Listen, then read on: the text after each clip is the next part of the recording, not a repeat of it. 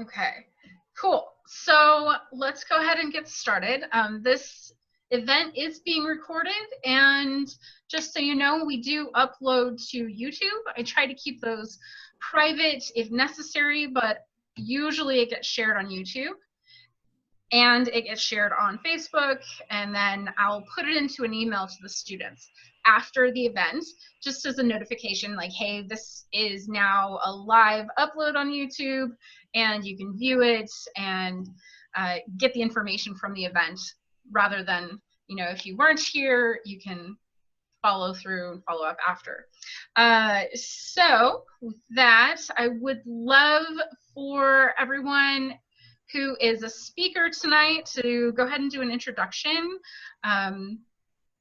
So how long have you been in practice? What got you into naturopathic medicine? And why? What do you want to bring tonight? I guess we'll start with that. So Dr. Katie, you want to start? Sure. Hi, everybody who I don't know. I know most of you SCNM people, of course.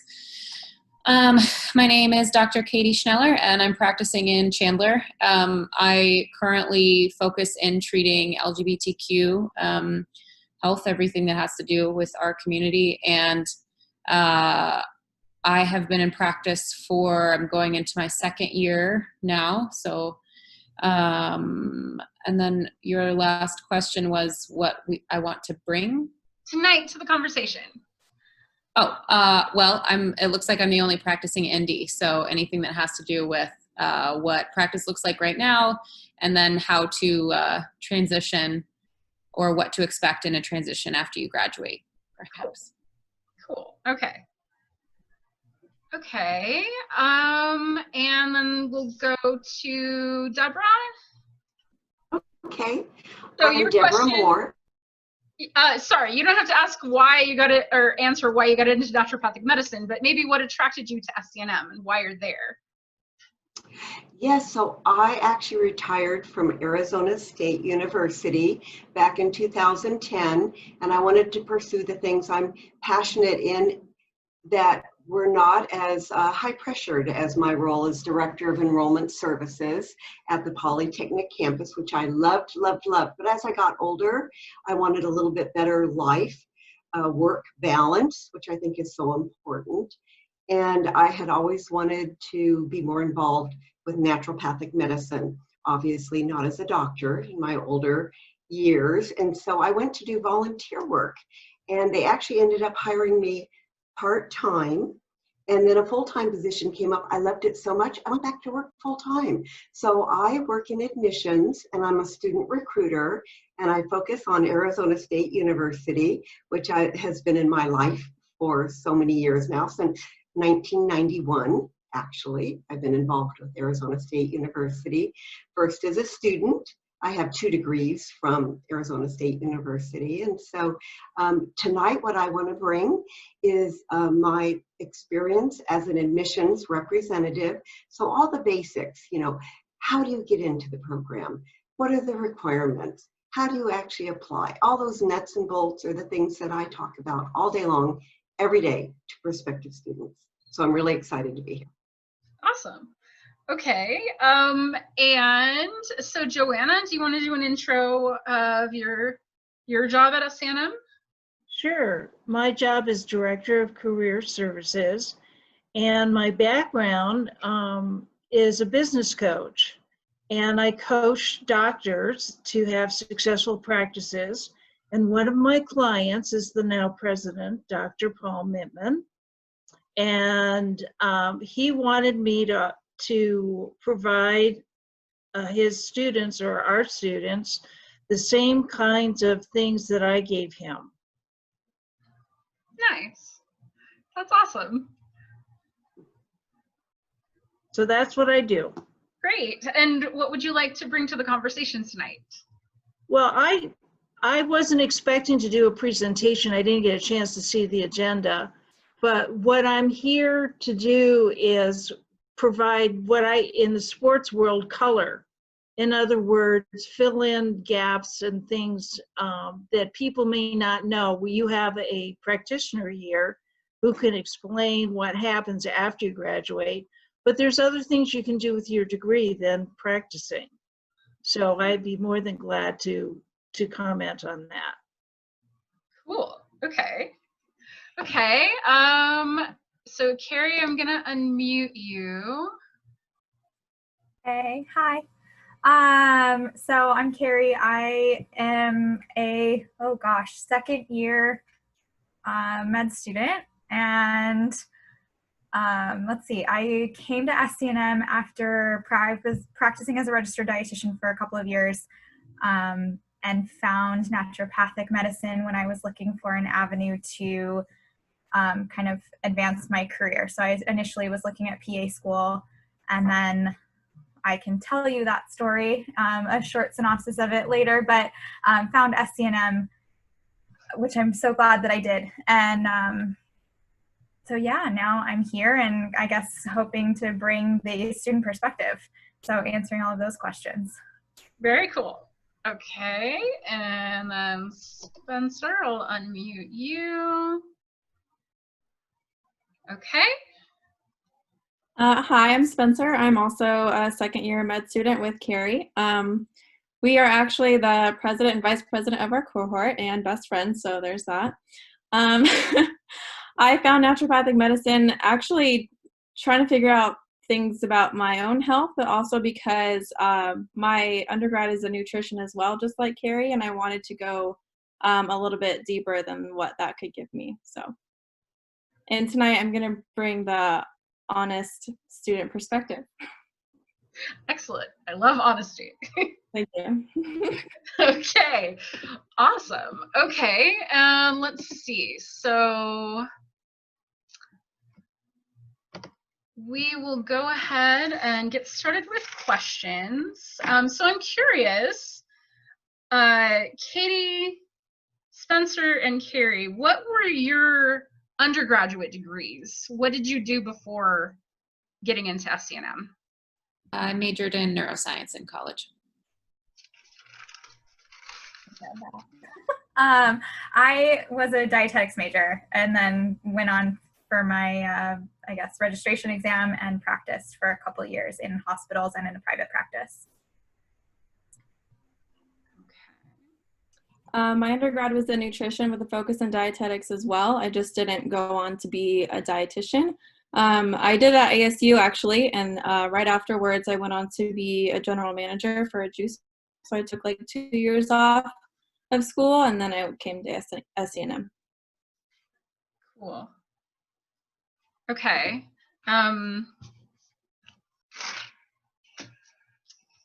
Let's see. So what do you think, as this is for everyone, what do you think is the special thing about SCNM? What is it about SCNM that just like lights you up and gets you excited to be there? I honestly, I've walked through those doors 4 times, and every single time there's something new and something exciting, and it's just, I don't know, it's the energy there. So what do you think? Katie? Yeah, sure. If you want to like guide who talks first, maybe. Yeah, sure. I looked at all of the schools except for the one that's now closed in Bridgeport. And SCNM,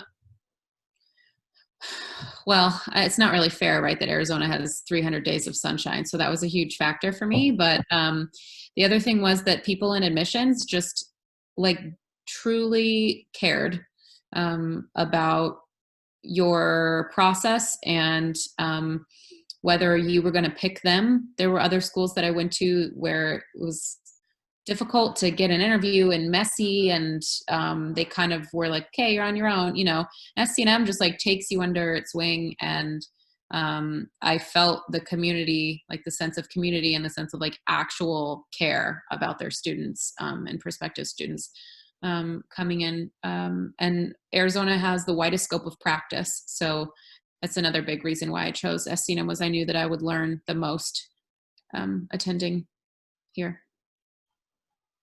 Okay, awesome. Carrie, so Carrie and Spencer, you're both in second year. So tell me, like, what is it about SCNM now for you being a current student?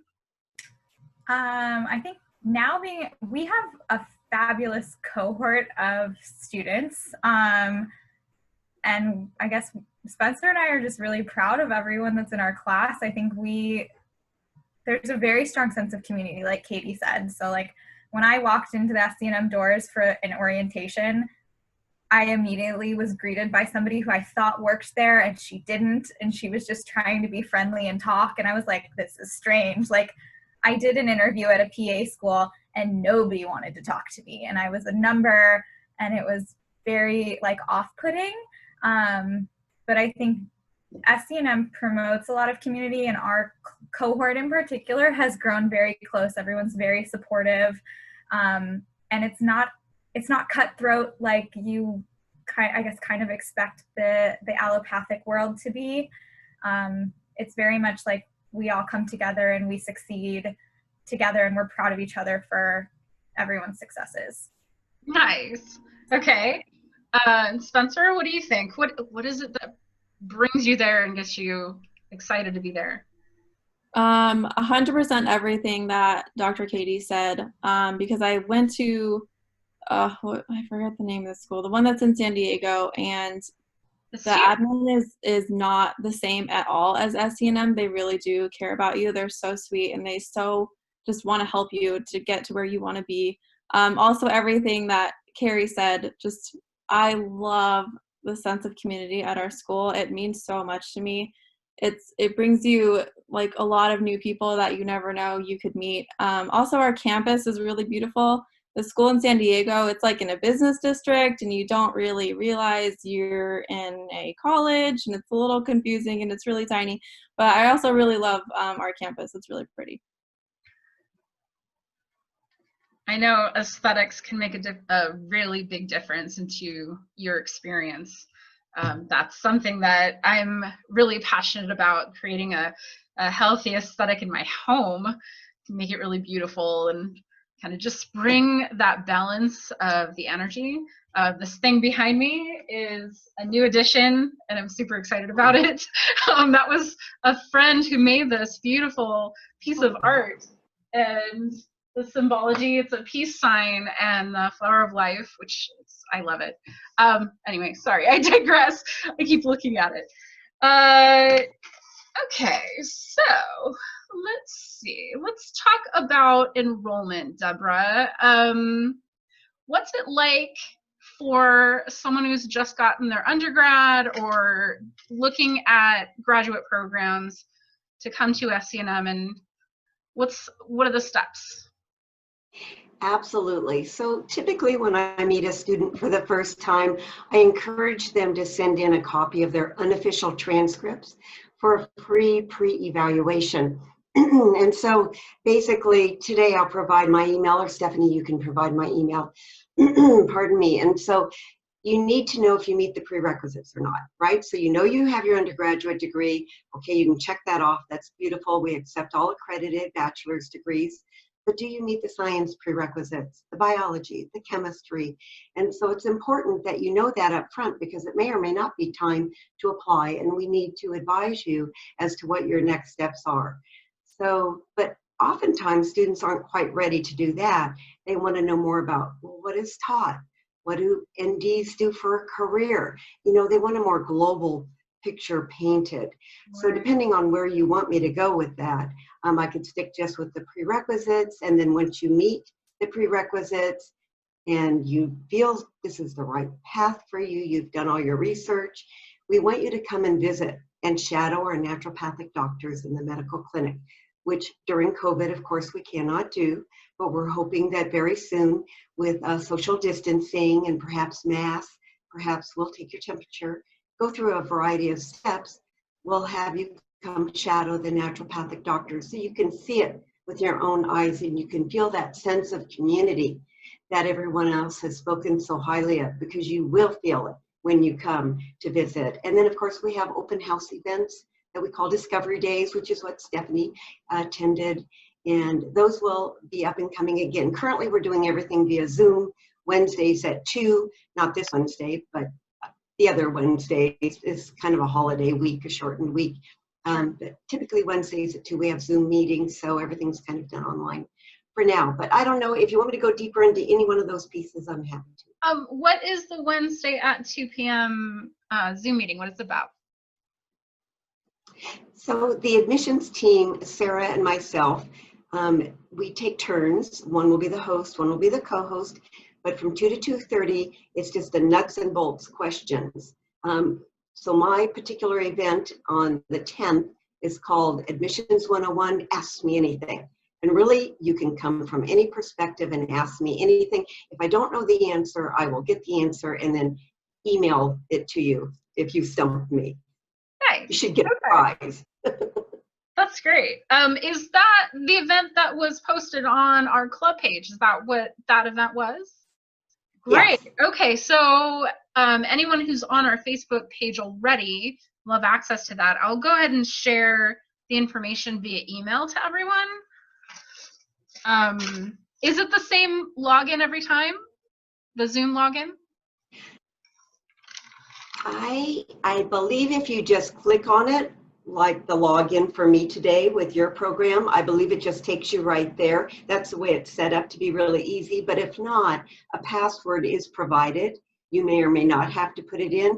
I don't believe that our students have been having to do that. I think they just click on the link and it magically brings you in, and then either Sarah or I actually invite you into the room. Cool. So you guys are pretty frequent on Facebook. You're updating and posting events and such. So is that a good resource for the students to check? It is. Facebook, we try to keep a lot of information, but we've heard from a lot of students that Facebook is kind of passé for them. Mm-hmm. So we're also really into Instagram and we have Twitter.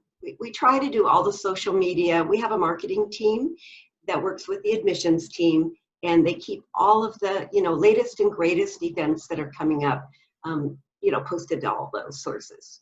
Great. Okay. Awesome. Okay. What about, so let's shift gears a little bit and talk about program structure and class structure. So Carrie and Spencer, if you want to talk on that, since it's current for you. What is the first year like? What's the second year like? How does it shift as you're enrolled? So the first year is really all of your hard science classes. So you're back in anatomy, doing anatomy cadaver lab for 3 quarters, biochemistry, genetics, immunology, physiology. Thank you. Physiology. So all of your basic science classes, basically, and then at the end of your 4th quarter, you take what's called a capstone exam. So it basically is a recap of everything you've learned in that first year to make sure that you're ready to move forward for the next year, I guess, when you start learning more. I guess now we're in kind of general medicine classes, so we're learning all of the different, what, Spencer? All the diseases, just all of them. Every disease that you could imagine is what we're learning. We also start getting involved in like our physical medicine classes, and we start learning acupuncture. So year 2 is exciting because you start learning the different modalities that naturopaths can offer. And then at the end of year 2, you take another capstone class to make sure that you are basically ready to take your first round of boards. And that's where we're at. So, right. Is this the end of year 2 for you guys right now? We just hit our halfway point. Oh, okay. So we have 1 more quarter of year 2. And so we take boards August 4th. Sorry to bring that up. Let's not talk about that. What's it like to prepare for those exams? For boards? Yeah. We can tell you next quarter if you want. Okay. I can only anticipate that it's going to be a lot. The school does have like review classes though, so set up with our previous professors from year one, because I think boards is primarily, and Katie will know this better than we do, but the first round of boards is primarily your basic sciences and general medicine stuff. Is that right, Katie? Okay. The school also gives us time to study for that though. So starting like next quarter, we have the whole month off, aside from doing our capstone review classes, so we can study for boards, and then we take them, and then we go into some classes for the other half of the quarter. So good. then year 3, we start clinic. Year 3 is clinic? Okay. Yeah, so after we finish boards, the next quarter is clinic. Then you'll get hands-on experience, time with other NDs. Cool. Yes. Okay. That whole time also, you're also in a clinical practice class, like a lecture and a lab, so you're learning all the different physical exams to do, and you take practicals on those. And then, so we're in quarter 7 right now, and this Saturday, actually, we're going to take our clinic entry exam. So it's kind of a review of all of that mixed in with the general medicine that we've been learning as well. Okay. Essentially what they're saying is there's tons of opportunities for you to prove yourself, to make sure that you're still able and competent to move along. It's a very intense program. You're between each quarter, which are 11 weeks long still, right guys? 11 weeks long, Yes. 2 weeks off. 2 weeks off. Yeah. It's amazing how much I forget already at this point. And you're in between really 25 to 30, depending on your selectives, credit hours each quarter. So it's massive. It's, a very intensive. I don't think I've ever taken this many credits. And I always think back to like undergrad you had to get approval to take like 16 credit hours or something for a semester. Mm-hmm. And we're doubling it in 11 weeks. In a quarter. Yeah. Right. Yeah. Like when you get to, like when I got to ASU, I was like, oh, I didn't study in high school, like at all. And then you like learn how to study in your undergrad, and then you get to med school and you're like, oh, I didn't study in my undergrad either. So how have things changed with your study habits? That's kind of a good segue to study habits. Now that you have 25 to 30 units per quarter, what does it take to pass those classes? A lot of work and a friend. So study groups? So they say to keep if you're a study group kind of person, they say to keep it to like a minimal amount, which I couldn't agree more. Carrie and I are lucky in that we found each other, and we basically have only studied with each other and on our own since, I don't know, Q2.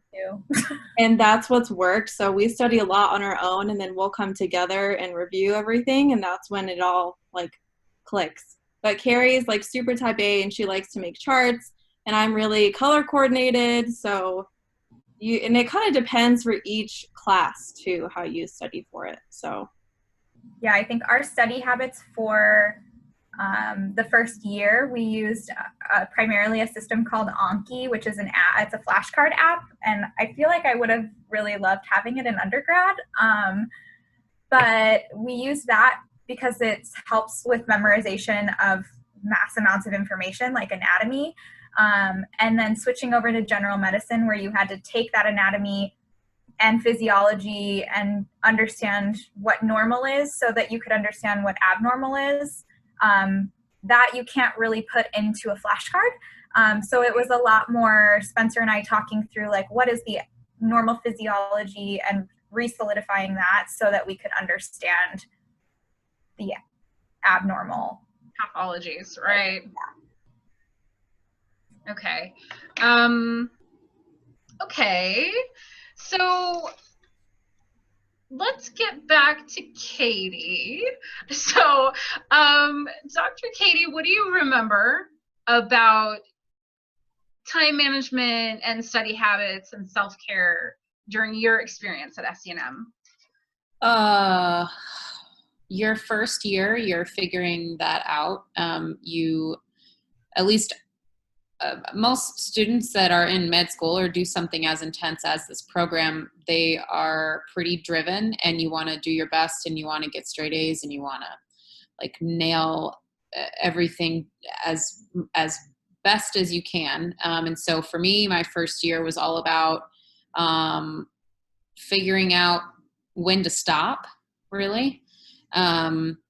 If you're not absorbing any more information, go to sleep, or go do yoga, or go drink water, go outside and ground, like do something that kind of allows your brain to take a little bit of a break. Like it's useless if you're sitting there and you're not absorbing anything. And so for me, it just became a practice of self-awareness about whether or not I was absorbing what I was studying, and was this an effective study method.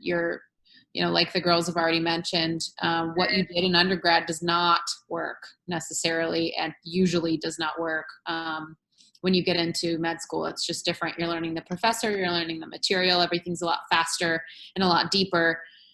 So you're identifying your own study habits. Once you figure all that out, it still changes somewhat as you go throughout the program, trying to balance everything. I still do this now, but I have to chunk out my time, I'm like, keep a calendar. I know that I'm in this class from this to then. And, now it's practice, right? But at the time,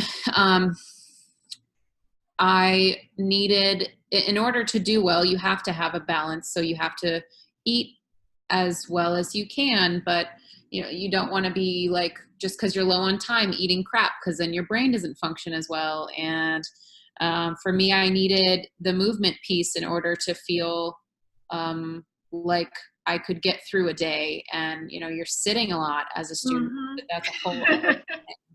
You deal with your own medical conditions. You still deal with life. That's the other part of the program that we haven't really talked about, is that like nothing stops just because you're in school. Right. So, so maybe we should talk about work-life balance, or school-life balance rather. Yeah, and probably Carrie and Spencer might be able to answer too. And we haven't heard much from Joanna. Maybe she's got some tidbits on balance piece, maybe more business, Joanna, I'm not sure. But I know that you've coached some students through this too. Sure, I'd comment on that. Part of work life, one of the things that I encourage students to do is to make connections outside of the college. And the reason for that is because you can get so burdened by the academic and lab work that you lose sight of what's really going on in the real world. And I find that connecting with practitioners that are doing something that you think you'd like to do is extremely motivating, because it gives you the reason why you're learning what you're learning. And it's more fun, and they can also be mentors, and they can teach you why you need to know that stuff, because you're really going to use it. You just don't know that yet. So that's part of the balance part. That's probably the most important part that I teach, is getting outside of the college and knowing that medical school is a bubble. It's a 4 or 5 year bubble. And what happens there just happens there one time or whatever, and then the real world kicks in. So you need to be ready for the real world. And part of that is connecting outside of the college. So that's my mantra here for all of you, even now in ASU, is to make connections outside of the college, because that's where your future is. Yep, absolutely. Helps avoid burnout too, when you remember what you're doing. For a long time, especially those first 2 years, you're like, why did I sign up to be a professional student? Like, why did I do this, right? And so when you shadow, even before you can enter in clinic, if you shadow docs and sit in on shifts, or do stuff out in their private clinics, spend time with them, as long as the doctor's okay with it, it does help you remember why you got into what you're doing. So yeah, I completely agree. Well, so Dr. Katie, are you looking for anyone to shadow you? I know that we're in a weird situation now, but is that an opportunity in your office? I had somebody from ASU ask me that a little while ago, and I think because of, so I'm happy to announce that I'm somewhat busy enough at this point where you might get enough out of it. But I think the shadowing experience at this point would probably be more virtual, where I could go over cases with you as long as the HIPAA information is protected or they signed a release, something like that. But I could, as far as in office, probably not, but a fair amount of what I'm doing right now anyway isn't that procedure based. I mean, I do a lot of IVs, but there's nothing that exciting about doing a stick and watching something drip into somebody's vein. So. Right. Okay. I have a question for Dr. Katie. Are you doing telemedicine at all? I am, as whenever I can. Yeah. So people that, have like the boring, chronic stuff, like we're doing hormones or whatever, I'll have to draw their blood in person, but then any lab follow-up is over the phone. Everything is as remote as it can be right now. And I want to add is we believe that's going to be the future of all medicine, not just naturopathic, but all medicine. Mm-hmm. More telemedicine. Yeah. Mm-hmm. Yeah, I agree. Absolutely. Absolutely. And I think that goes for a lot of different careers right now. Like companies are like, oh, like these people can work just as effectively from home and we don't have to pay them for gas or, whatever it is. Such a novelty. Okay, perfect. So Carrie and Spencer, what is your feedback about like school, work, and life balance? So Spencer already gave it away that I'm super type A. So work-life balance didn't really exist for me the first year of medical school. Did you crash? Really hard, really fast all the time, and probably got like 4 to 5 hours of sleep every night. Wow. It was exhausting. Don't look at me, Katie.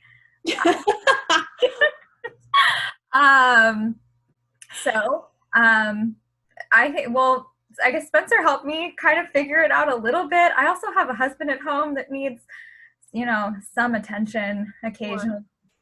So it was a little bit of being comfortable, I guess, letting go of not being a straight A student or not attempting to be a straight A student. I'm not a straight A student. I will say that. But so it was constant reminders from Spencer that a B is okay and I can move past it, which was helpful. So to have, somebody by your side that understands what you're going through, because my husband's wonderful, but he doesn't understand the rigor of medical school. So to have, somebody. So now I watched Netflix during the quarter at some point in time, which I didn't do for the first year, and have learned a little bit about balance. So. Awesome. I was going to say, we're probably the worst people to ask for school life balance because people look at us and go, oh my God, like, how do you study so hard? Not to like toot our own horn or anything, but like, we don't really do anything during the quarter. There are some people who just like need to get out and they will go up north and go camping or whatever. And that is just not something you will see us doing during the quarter.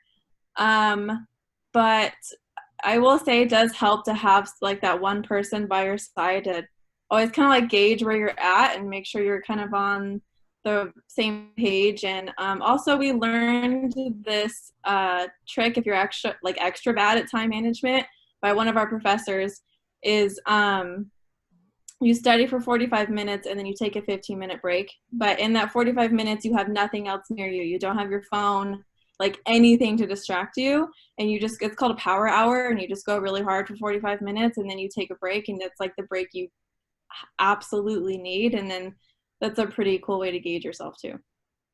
Cool. Yeah, I've been using the Pomodoro. You do 25 minutes and a 5-minute, and it seems to help. I have a little dog, and so he takes a lot of my attention, and he'll just distract me the whole entire day if I let him. But it seems like we've gotten into a rhythm, which is really good. That's good. I can relate. Carrie and I can both relate, actually. Yeah. We both have little dogs that require a lot of attention. Yes. Okay, cool. Let's see. So we haven't really talked about class structure and the pace of the program yet. So I'm curious about, well, we covered some of it. Maybe I want to go deeper, like the clinics and the labs. Maybe just give, for Carrie and Spencer, give an example of like your most recent lecture and lab class that you got something out of, or that took a lot of energy. Online or in person? Either. I know it's a big shift doing things online, right? Oh yeah. Oh yeah. Oh yeah. Med school online is not for the weak. Med school isn't for the weak anyway. Yeah. But I'd say our physical medicine class is pretty cool because that's definitely one of the labs that's quite literally hands-on. And we, in the state of Arizona, like Dr. Katie said, we have the widest scope of practice, so we can practice these things here. So we learn adjustments, which is really cool to be able to do that to each other. So yeah, I think another class, just as far as like showing the rigor of, you know, how time consuming and draining some of the classes can be, is our general medicine class. We're in class, just in class, not studying, 12 hours a week. And then they say that you should be studying 3 to 4 hours for every hour that like outside of that. So I think I added it up one time, and between class hours and the study hours that are expected based on like being able to fully grasp all the material, it's over 80 hours a week studying. So that doesn't include the life that happens outside of school. And I hope that doesn't scare anybody, but I mean, it's absolutely possible. It just, you have to be strategic in the way that you're doing things. So like with physical medicine class, we practice it in class, and then some of our study breaks are 15 minutes to go adjust each other and, you know, do those type of things, or figure out our acupuncture points. And it's a break, but it's a break because it's just, we're talking about a different subject kind of, and it's fun. So just, yeah, for an idea of how much you're getting involved in. Right. Well, so then I'm curious because, you know, right now I'm an online student and I've been online. I started out as ASU online and I just stuck with it because it works, even though I'm here in Arizona. So the general medicine class, for example, do you have other classes that you're taking at the same time? Yeah, so it's 12 out of our 29 credits are just dedicated to general medicine. Like this quarter, we're in 13 classes. So what does a week look like? Well, it's 8 a.m. several more, like for this quarter, we have 8 a.m.s, I think 3 days a week. And then the other days we start at 9 or we start at 10. We generally have a break for lunch. They're nice about that. And then you're in class until 4 or 5. So it's like it's a full-time job. And if you have exams, so for example, we have a very large gen med exam tomorrow. And we had class today, and we had a practical exam that we had to do online today. So you balance things and, you know, do these type of talks to remind us why we're doing this in the first place. Yeah. So what's keeping you going right now? What's your why? All the debt. I'm just kidding. What? All the debt. I'm just kidding. The debt. I'm just kidding. We're too far in to stop now. I'm just kidding. No, for me, it was, you know, I came to SCNM because I wanted to treat the whole person. And my ultimate goal was to be like a functional medicine practitioner, which is all I knew at the time. I came from Chicago, which naturopathic medicine isn't licensed there. So they don't exist. I didn't know what a naturopath was until I came to Arizona. So I guess my why is I had a taste of treating patients and what that felt like, and I like that experience. So I want to get back there ultimately. Yeah, even though going through a lot, like especially this week. My passion for doing this hasn't really gone away. It can get you down sometimes, but mine's definitely still there. You know, you don't choose naturopathic med school just because you feel like it. You definitely choose it for a reason over allopathic, and hopefully that like sticks with you. But it applies to me too, and people that I love, and I've seen all the differences that it's made in people's lives. So the drive is definitely still there. I think that is a good point. One thing that makes the naturopathic program, or the students that are driven to and drawn to a naturopathic program, different is usually we're all trying to figure out our own stuff. It's so true. We have some sort of chronic illness or deal with something, whether it's us personally or in our families. And allopathic medicine was fine and great for its purpose, but we wanted something else. And that's usually, if you ask the majority of students that are in our class and that are drawn to the school, it's because they found naturopathic almost out of necessity, naturopathic medicine. The other thing is going into, after the first 3 quarters, after you're doing your basic sciences, that's when you start to learn the interesting things. So we got into nutrition, that's when we got into physical medicine, that's when we got into oriental medicine, and those are the things that make it different and make it interesting. And those are like, okay, now we're into the cool and interesting classes, so it like kind of keeps you going that way too. Awesome. Yeah, I would imagine once you're in clinics and working with the doctors too, that'll keep you motivated and excited. Okay, cool.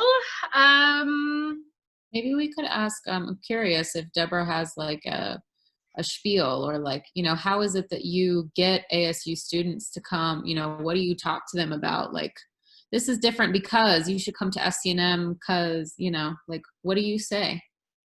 Yeah, we all kind of have the 2-minute commercial that you feel like, you know, you really have to grab somebody, especially at a fair. Like when I met Stephanie, you only have a very small amount of time to share what you're passionate about SCNM. So, you know, a naturopathic doctor will treat the whole person, body, mind, and soul, and get to the root cause, and try to find natural methods of healing whenever possible. Of course, we believe in all medicine. We always add that it's actually part of our curriculum as well. We respect it all. But the key thing that we like to talk about is that tremendous scope of practice. Have you ever thought of having this many tools in your toolkit to be able to heal besides pharmaceuticals and surgery? There's so much more. There's the acupuncture, the traditional Chinese medicine, the physical medicine. Mind-body medicine is amazing. The homeopathy and all the research that's being done in the botanical medicine, just incredible. And the innovation that goes on at SCNM specifically, not just an ND program, but SCNM's ND program, you know, with the new Research Institute of Botanical Medicine coming online. That's amazing. The Center of Regenerative Injection Therapy, the Neil Reardon Center is phenomenal, especially dealing with pain. A lot of students will say, well, you know, the reason I want to go into medicine is I've had family members who have become addicted on opioids. Seems to be so common. They're like, well, how can you treat pain without getting people on these, you know, oxycodone or whatever it is? And so it's a great way to talk about all the modalities of natural healing that can help with pain, and especially those that are into sports, when they talk about sports injuries. And so if I only have those 2 minutes, you know, I give that body, mind, and soul, get to the root cause, heal naturally whenever possible, the least invasive, and use every tool in the toolkit if as needed. So that's my spiel. Awesome. So, Dr. Katie, Yes. now that you are in practice, how much of the different modalities do you use in your practice? All of them. Yeah. So one of the main things that I do that I mentioned already is I'm doing a lot of IV therapy. I think that's mostly because of the current state of everything right now. I mean, obviously, you know, we can't say like getting an IV bag that supports your immune system will cure you of COVID. Like, that's not true. And nobody should be saying that. But I'm doing a lot of IVs just for people that are wanting the support to help their bodies mount the healthiest immune and strongest immune response that they can. So I've been doing that for people that don't really have any other chronic conditions. And then I do a little bit of homeopathy. I do a fair amount of acupuncture. That's probably my second most common. I have a number of patients on hormone therapy. I also do medical marijuana certifications. I am currently TAing for the physical medicine course. I switched locations recently, so I don't have a table there yet, but when I was at the other practice, I was doing a bit of physical medicine as well. And again, that's like chiropractic adjustments and muscle testing and, you know, that sort of thing. And I feel, you know, the thing is that's great is that I feel comfortable with all of it, you know, really. I mean, I'm sure not everybody feels that way, but I feel comfortable.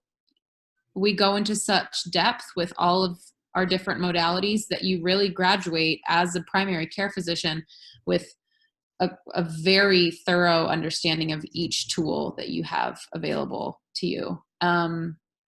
I mean, I even do some regenerative pain therapy, but that is extra training. So that's the other thing, right? You have like all these credit hours, and then you have the option of getting extra trainings for aesthetics or for regenerative injection therapy, or, you know, whatever else you might be interested in. Okay. Yep.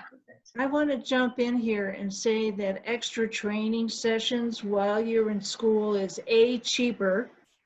Mm-hmm. As a student. And as a student, going to conferences and conventions is cheaper. Joining professional associations is cheaper. And all of those things, including the trainings, make you very marketable once you get out. It increases your value in the marketplace. When I was a student, I was the representative for Natural Partners, which is the wholesale distributing company of hundreds of nutraceuticals that we have like available throughout the US and actually worldwide. And then I also was the student that sat on the board for the ASCNM, which is the state association for naturopathic medicine in Arizona. And immediately upon graduating, I worked for the AANP, the American Association of Naturopathic Physicians. And I'm convinced that the only reason that I got that job, and I still work for them now, is because of all of the contacts that I made as a student. I was thoroughly involved in extra stuff. Yeah. Yep. And now I'm in my second year. I work Thursday full from like 12 to 6. I work all day Wednesday and all day Friday. And my Wednesday and Friday people are private patients. And I have a lot of those because of my community connections. I mean, I met you at 2 separate events, like, unrelated to each other. So yeah, definitely like echo big time what Joanna's saying. Network. Yes. Get out there. Absolutely. So Debra and Joanna, I know that there are 6 accredited ND schools in the United States. And other than naturopathic medicine, what's that? Well, in North America, there's 2 in Canada and 4 in the United States, so 6 total. Yeah. In North America, okay. Other than naturopathic medicine, SCNM also has a clinical nutrition master's program, nutrition business leadership program. I was looking at the website earlier and found a corporate wellness training program. And so I'm curious about that training and the regenerative medicine training. That you mentioned that was something, it's cheaper as a student, right, to participate in that training. Is that open to the public? Can other people participate in those trainings? Well, the corporate wellness training is so interesting. This is an area that's really growing in naturopathic medicine as corporations want to bring wellness to their employees and give them a break in their insurance. For instance, at SCNM, our HR department includes us in corporate wellness, and we can get a lower rate on our insurance. So this is something that, of course, Google and Facebook, you've heard of all of them, and they're great programs. So if you wanted to take your training and bring that to a business setting and maybe go up the career ladder in your business, especially if you work in HR, then corporate wellness training gives you the building blocks to be able to put that into action in your corporate setting. So this training, I want to make sure that you realize, is actually not accredited, however. So it is out of pocket. It's $4,995. It's 100% online. It really is for the business professional that wants to get into wellness and bring that to either their fellow employees or if they're the boss, type of thing. So I don't know how many people would be interested in that, but we do have folks that are able to apply that. And Joanna can talk about the career piece and how that can help someone in that type of career. What I was going to say is the type of person you'd be working with are usually HR departments of major employers, where you're implementing and planning and designing a wellness program for a corporation. And this came about as a result of the Affordable Healthcare Act, because there's a tax deduction for employers who spend money on wellness program. That money that they spend is tax deductible. And they also, as Debra said, they get a credit on their health insurance, and the employees love it because they get healthier and they feel like their employer cares. So everybody kind of wins in that regard. So the type of career path would be either an HR professional themselves or somebody who has a health background and wants to implement these programs for major employers. That's great. As a wellness coach, that's something I was considering for my own business, to incorporate corporate wellness. So it's cool to see a training program available. ASU does have a healthy lifestyle coaching program. That's a bachelor's program, which results in board certification in health and wellness coaching. And so I'm kind of thinking that this would be relevant for them, and possibly getting information about that to the Healthy Lifestyle Organization Club at ASU to give them some support in corporate wellness. Okay. How about the regenerative injection therapy? I wanted to touch on that because that's very innovative. SCNM is just so innovative. It's very exciting. Typically, we offer this either just for our students. They're allowed to start it if they're third or fourth year. And for those of you who don't know, maybe you've heard of prolotherapy or stem therapy. There's a lot of terminology out there, but broadly, regenerative injection therapy is really yet another tool to help with pain. And I would love for you, any student at ASU, to come, and when we are allowed to have students back on campus, and really come visit the Pain Relief Center, the Neil Reardon Pain Relief Center, and see the amazing technology that's involved in that. But here's the key. If you're not an ND student currently in third or fourth year, you could still participate, but you have to have the scope of practice that would allow you to sign up for regenerative injection therapy. So we have medical doctors that sign up for it, MDs. We have DOs that sign up for it. Some chiropractors have this in their scope of practice, but not all. Nurse practitioners.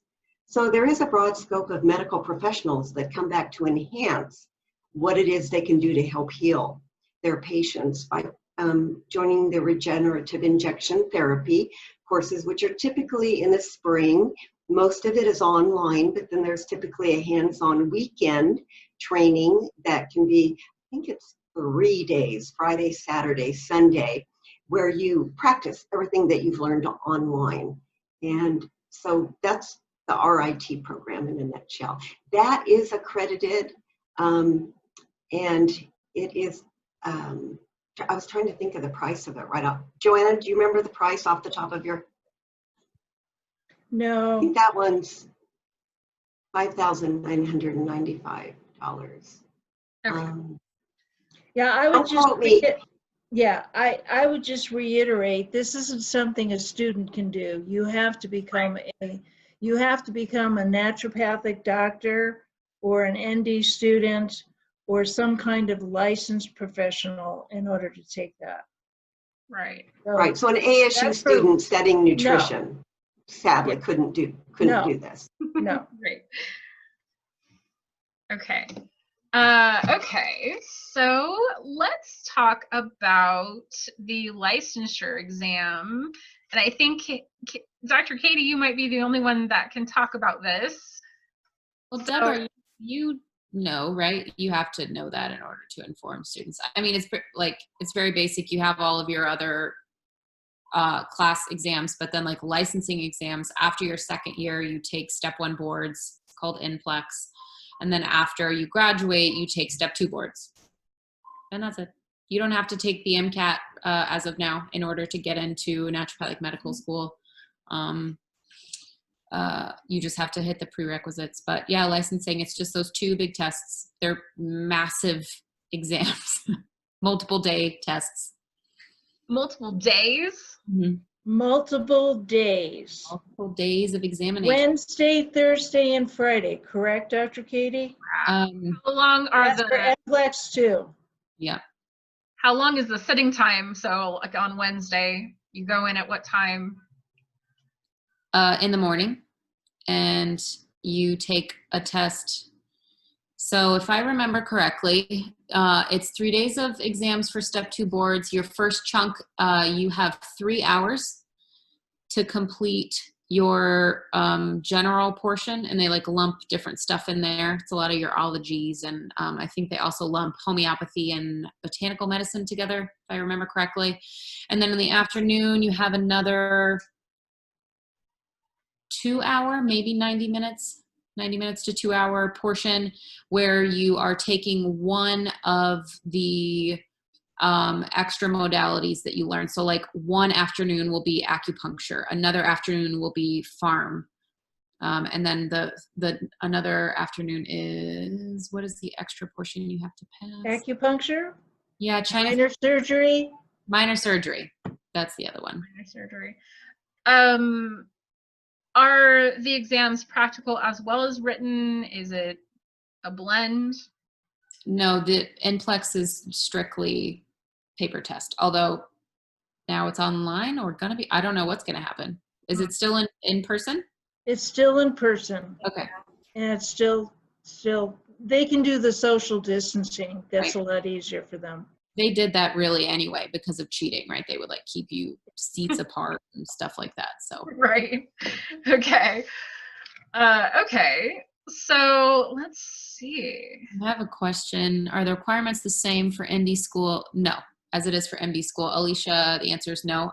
MD school, you need to complete the MCAT. And depending on which school you attend, they may require different prerequisites, science-wise. Right. A lot of them are similar prerequisites-wise to naturopathic school, but one of the big differences is that you do not need to take the MCAT. There was no physics. No physics. Although I took physics in undergrad, and that counted towards something, so that was maybe it didn't count, and it was just pure torture. I can't remember now. There was another question earlier. Do NDs treat the root cause, which Katie, you answered? Yes. What's the difference between an ND and a DO? So DOs are medical doctors. Correct. Yeah, doctor of osteopathy. So they are very similar at this point to allopaths or your MD. A DO is still technically allopathic medicine, I believe. But they're super similar to MDs. NDs, naturopathic doctors, have a completely different set of principles. We take the same Hippocratic oath. But our principles are different in that we are trained and allowed, because we're not run by insurance companies and pharmaceutical companies, we're not constricted time-wise to identify and treat the cause of what you're dealing with. So we spend between 60 and 90 minutes with our patients on our first visit. We really get to know you. I kind of joke that, you know, we're like best friends with our patients after that. Of course, you have professional boundaries, right? But we know as much about you as you're willing to divulge. Right. And we are trained to look at lab work differently than MDs and DOs are, in that we know where your values should be optimally. This is especially important when it comes to hormones. Vitamin D is essentially a hormone. Thyroid, right? I mean, a lot of people that have been suffering go to see an allopath and they're told everything's fine. Oh, you're normal. Don't worry about it. And the patient feels like crap and they're like, no, something's wrong. Naturopaths are really good at looking at those labs that have either already been drawn or drawing particular ones. And then going, yeah, no, actually, sure, you're within your normal reference range, but that needs to be different. That's your vitamin D is at 26. Yes, that's technically normal. However, you need to be between 60 and 80, you know, just for example. So there's a fair amount of differences, but that's one of them, that we get to spend a massive amount of time with you, and we have a lot of different tools to teach you. DOs are not trained in all of the modalities that we're trained in. Right. I think a doctor of osteopathy is trained in the physical medicine adjustments. So they can use the same coding as chiropractors can, billing insurance companies. So they're more similar, I think, to chiropractic. But then I know DOs can also act as a primary care doctor for insurance companies. Mm-hmm. So that would be one similarity. I would choose. They can be surgeons. They can be surgeons. Mm-hmm. Okay, cool. So I want to open it back up to Carrie and Spencer and talk a little bit about the future. What do you want to do with your degree once you're done? Do you have a goal? Do you want to get into your own business or join a practice? What's your vision? I think at first I'd want to join an already established practice, because I've heard that, you know, opening up your own practice as soon as you graduate is not really the best idea. So I definitely want to get some experience under my belt before I would open up my own practice. But I see that as like a very long-term goal in the future. Yeah. Opening a practice is like a long term. Opening my own, yeah, but definitely joining one at first. So I want to open my own practice. May not be the smartest idea, but as of like, I have a current private practice as a dietitian that I maintain minimally, focusing on like food sensitivities and helping patients with autoimmune diseases and chronic inflammation. So my ultimate goal is to use my naturopathic toolbox to help those patients and, you know, build a practice from there that is more comprehensive and looks at the whole body. So that's the ultimate goal. Awesome. Okay. And I'm going to jump in. Yeah. And say that I usually advise most new grads to join an existing practice, only because there's two things that have to happen when you own your own, especially straight out of school. You're getting used to being a doctor. That takes time to do that. If you've never run a business before, now you're running a business and learning how to be a doctor. That's a double whammy. So what I would recommend, Carrie, is to hook up or work with an experienced doctor as a mentor. So you've got that working for you while you run your practice. And I'm also going to recommend you to belong to the mastermind group on campus and the niche group, which are students that are working on their practices so that when they leave, they're ready. Thank you. I will. I guess what, my family all owns businesses, so Okay, I perfect. am already working on a business plan and come from a line of entrepreneurs. So the Okay. medicine part I have to figure out. The business part, I think for the most part, I have really good mentors for that. So That's important. That's important. So now you just need to find a mentor to hook up with and start a practice. Yes. Yeah. Perfect. I'm doing career coaching right now. Thanks, Joanna. Awesome.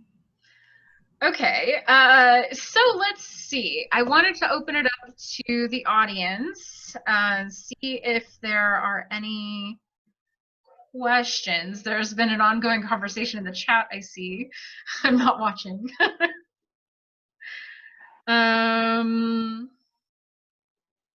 What minor surgeries can NDs perform? Yeah, I answered that in the chat. Okay. If there's anything else that anybody remembers or wants to add, that's fine.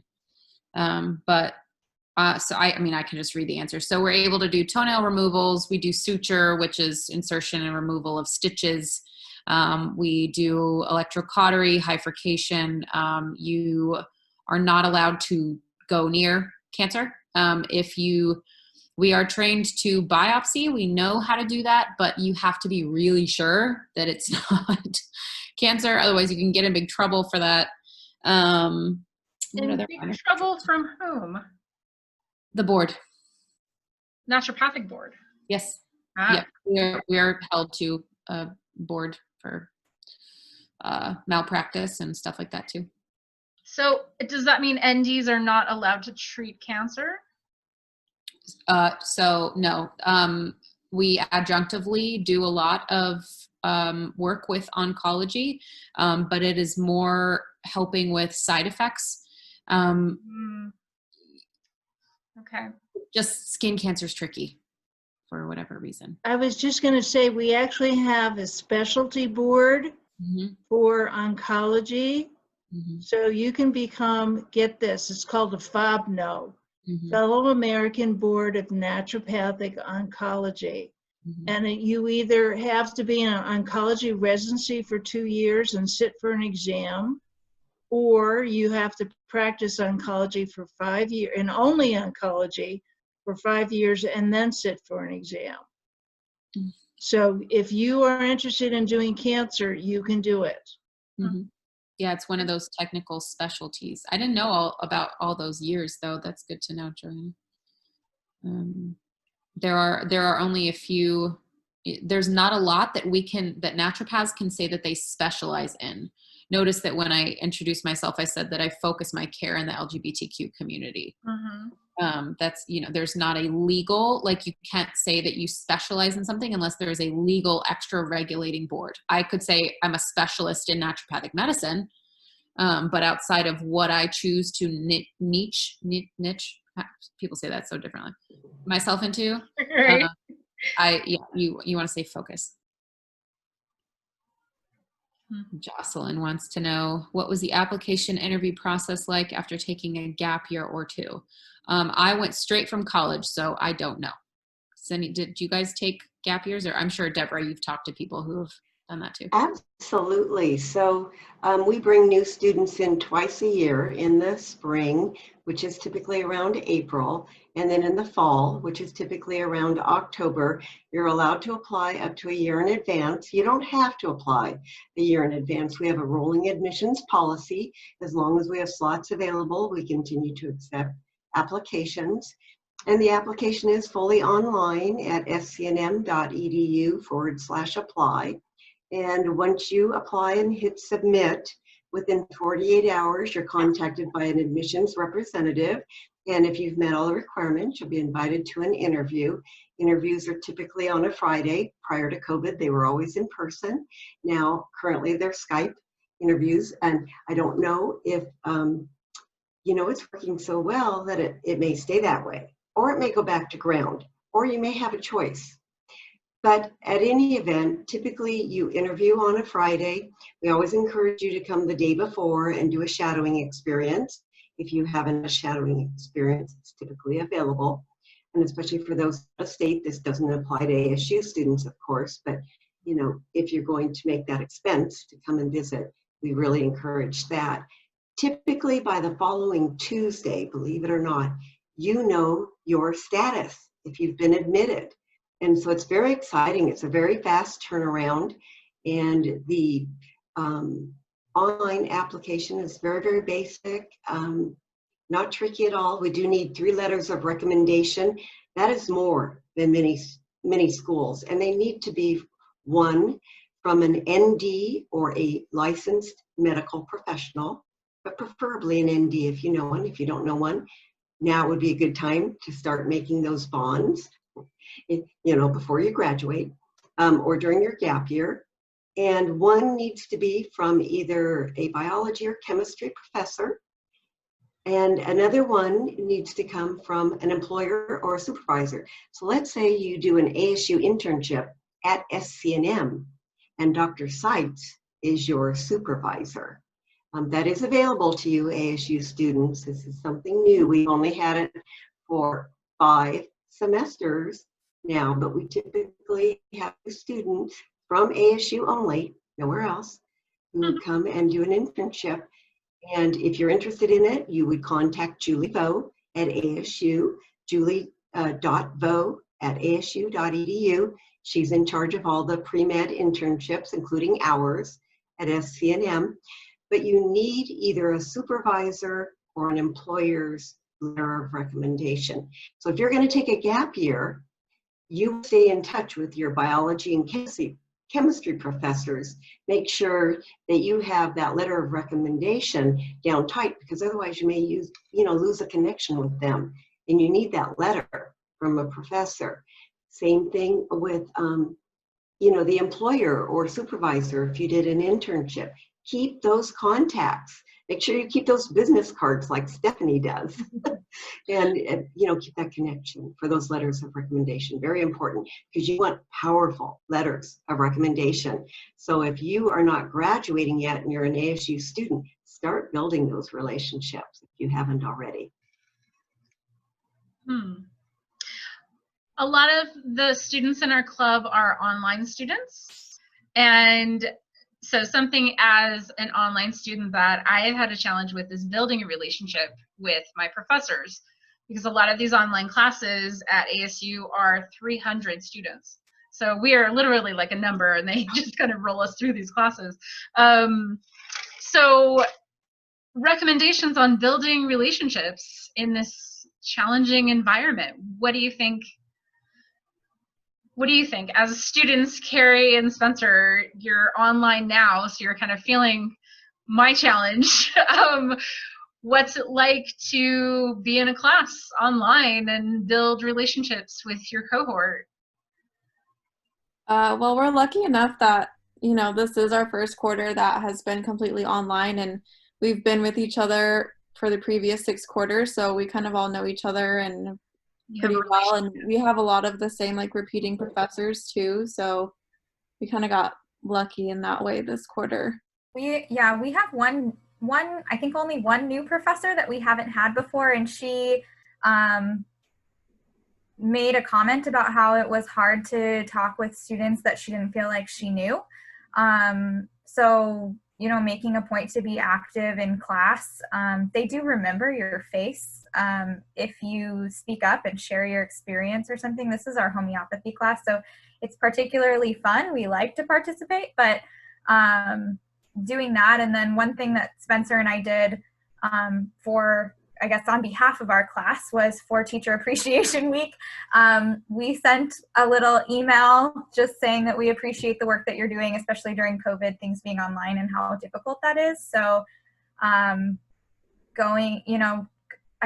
that extra mile to make sure that your name is recognized. And then I saw somebody just asked about office hours going to office hours. So we do have occasional office hours, not too frequently, but usually Spencer and I, or at least one of us, try to be at every office hour, more so that we know what's going on, just so that we can relay it to the class. I know you guys don't have that same standard just being online students. You don't necessarily have to report to your class, but you know, asking the questions when you have it, and, you know, trying to go to office hours to ask questions face to face as opposed to strictly over email or follow up and those type of things. Okay. Okay. Okay, let's see. Just checking the chat, see if there's any other questions. So because this is recorded and it's going to be online, I want to mention someone asked about global opportunities for NDs, and looks like Katie responded there's a Facebook page for Naturopaths Without Borders. Yeah, I mean, so Naturopaths Without Borders is huge. It's a super active group. I mean, right now, maybe not so much. But it's led by one of my mentors and friends, Dr. Sean Hessler, and they go to Mexico, and they go to Haiti, and they go to Thailand. There might be other places that I'm not aware of, but you can do that as when you're a student as well in the program.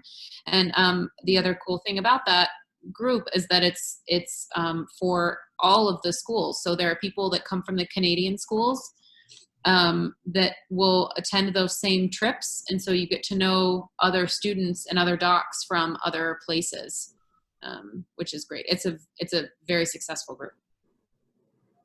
And I want to jump in there because there's other countries that license NDs. Some of them are the Netherlands. There are naturopaths in Australia, New Zealand, I'm trying to think, Canada, of course. And then there's an organization called the Council of Naturopathic Medicine, which is a worldwide organization of naturopathic physicians that get together on an annual basis in different parts, generally of Europe. I don't know when the next one is. So there are opportunities in different countries, but the scopes of practice vary widely. The broadest scope is in the United States, then comes Canada, and then all the rest of them are some variation of that or nature cure. Okay. So more like homeopathy and herbal. Homeopathy, nutrition, botanicals, those would probably be the three. We have a question about where you can work as an ND, and it's just easier to answer over. All right, I'll take that one. I'll take that one. There are 23 states that are licensed for NDs. And if you want, I can give you a list of them. You can practice naturopathic medicine in some form in all states, but not all states are equal. And as Dr. Katie mentioned, Arizona has the broadest scope. And what makes us the broadest scope is that acupuncture is automatically included in our scope of practice. You don't need an extra license of acupuncture in order to practice it. There are other states you can do it, but nobody but Arizona has that. The best way to do it is contact me, and I can tell you by state what you can do. I have a whole laundry list of it. Joanna, can you add your email address to the chat? Sure. Let me give you my email address. It's j.hagan, Hagan, at scnm.edu. Perfect. And actually, if you all want to share your email addresses so people can contact you, if you want, Carrie and Spencer, you don't have to share if you don't want to.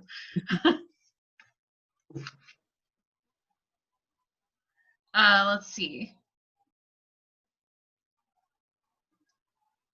So residency is not required. Is that something that would benefit you as a doctor if you did participate? I know we talked a little bit about oncology and doing an oncology residency.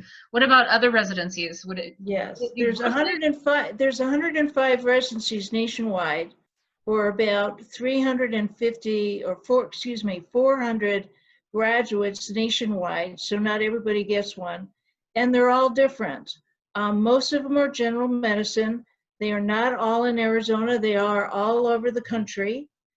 You have to apply for them. The competition is very stiff. It's like going to med school all over again. You've got essays, you've got interviews, you have evaluations done by your supervisors that are doctors. It's very involved, but it's worth it because you get exposed to some of the top docs in the field. You're given opportunities to do some research depending upon the residency. You're doing what you want to do, and you're learning from some of the best in the profession. Great. Okay. What is the average salary for NDs, beginning to experienced? All right, I'll take that one. It depends on how long you've been practicing. That's the name of the game. When you're first starting out, you're not going to make a lot of money. And part of that is because you're just getting started and it takes a while to build a practice, and or you're still learning your craft. That's residencies. So the starting salary is going to be somewhere, or let me say this word, income, not salary, because lots of times people are starting their own business. So your first year is going to be 40 to 50,000.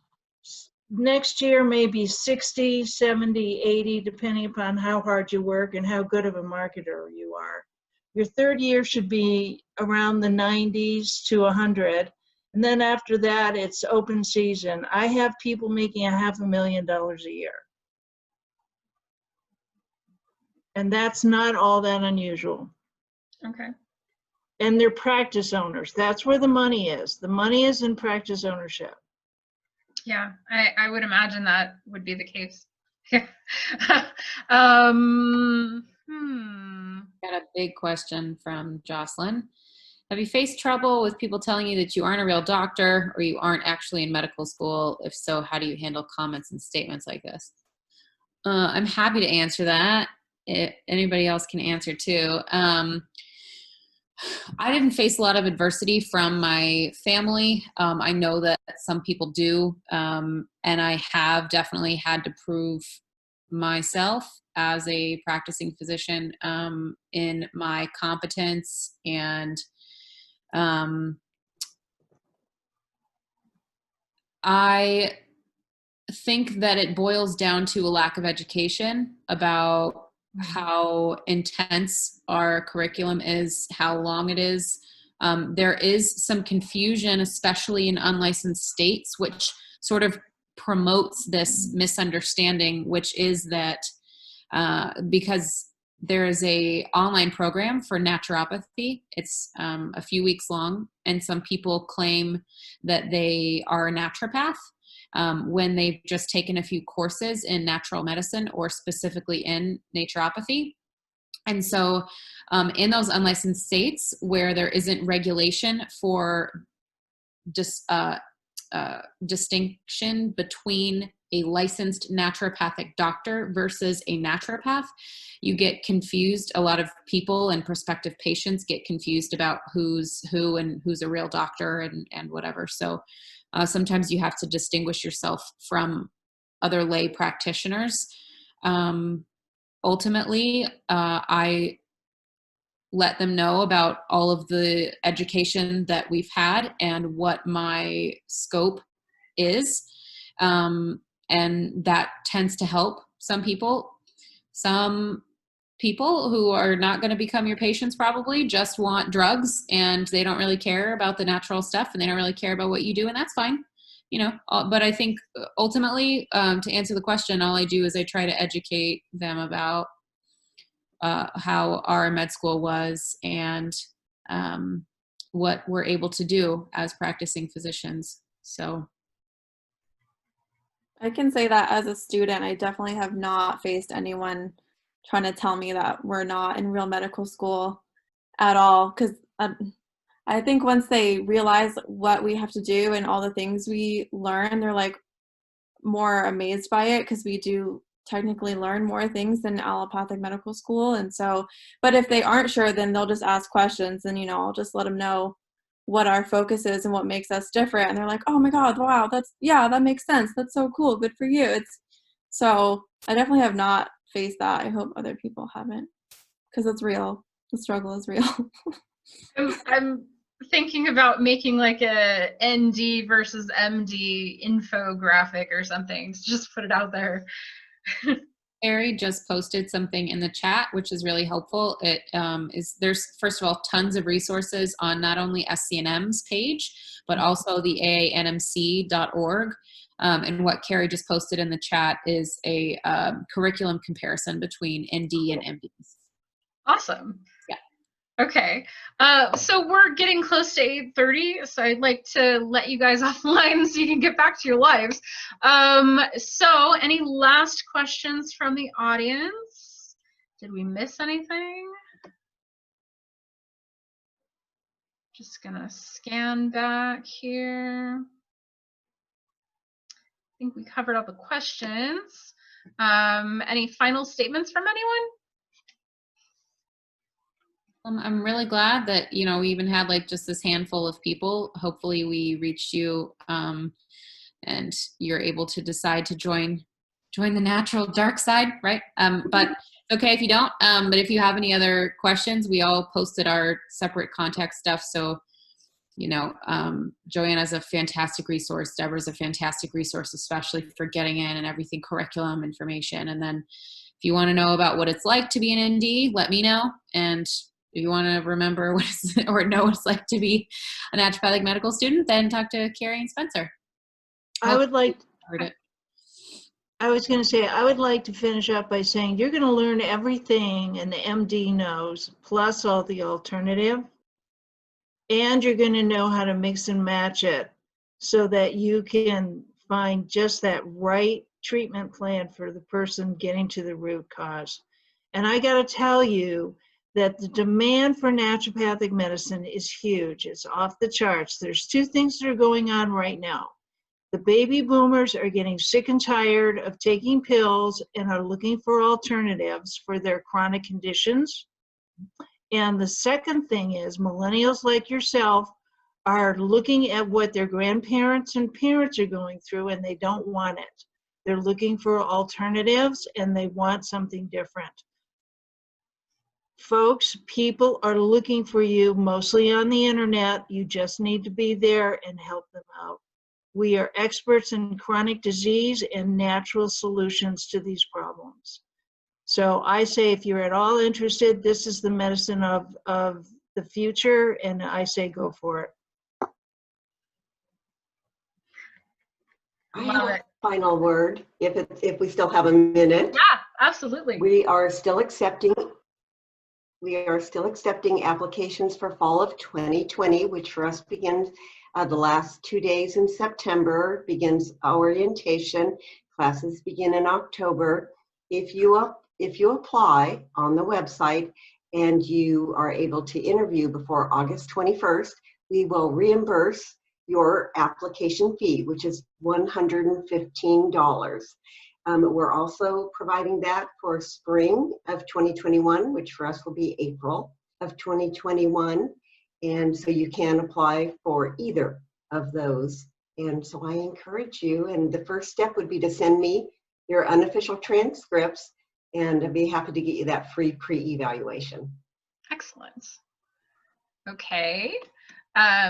Carrie and Spencer, any final thoughts?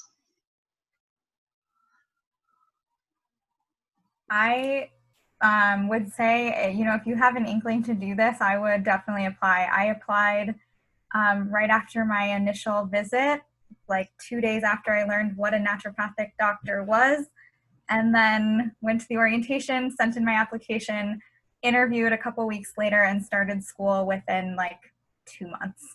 So, you know, if you have that feeling that this is where you need to be, then, you know, listen to it. Follow your vision. Yes, absolutely. I would say if you have the passion for naturopathic medicine specifically, to definitely do it, but definitely know the difference between allopathic and naturopathic, because you'll find that once you get this far along, if it's not really your thing, then you're kind of like, I don't know, you're too far along. But if you have the passion for the way that we do things, how we get to the root cause and how we care about the whole patient, I would definitely do it. There's going to be a lot of things telling you not to, like the cost of it and how much time it takes and everything. But like before I was here, I was in a place where I had the opportunity to climb a corporate ladder, and I just couldn't do it because I wasn't passionate about it enough, and I didn't care enough. So yeah, we take like a big risk in coming here and in our personal lives and our own health and debt, but we do it because we have to do it, because this is absolutely what we are passionate about and it's what we want to do. But it is work, so just be prepared. There was a question, how soon can we apply before graduation? Up to a year before you graduate. So for instance, let's say that you're going to graduate, what would it be? So it'd be like May of 2021, let's say. Right. So for those who are going to graduate in May of 2021, then you could be applying now, May of 2020. You don't have to apply a full year in advance, but you would be granted what we call conditional admission status. Then once we receive your final transcripts and your final grades are all posted, then that would switch over to full admission status. Okay, perfect.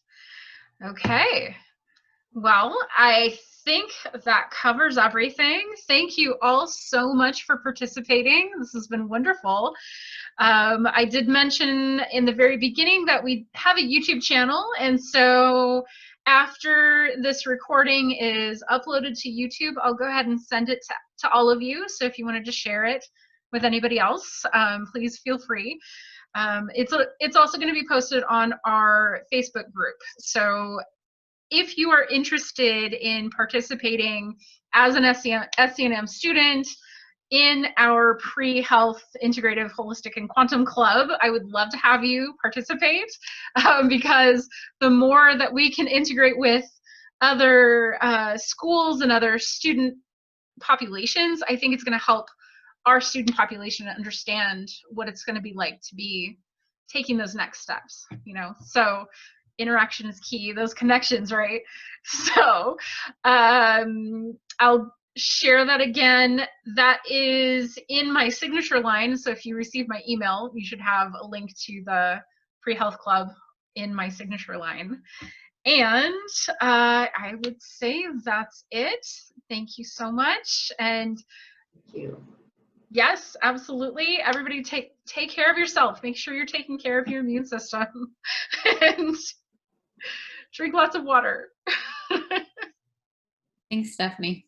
Thanks, guys. Thank you. Thank you, Thanks, Stephanie. everybody. Thank you again for the invite. Great job, Stephanie. Thank you. Okay, good night, everybody. Good night. Night.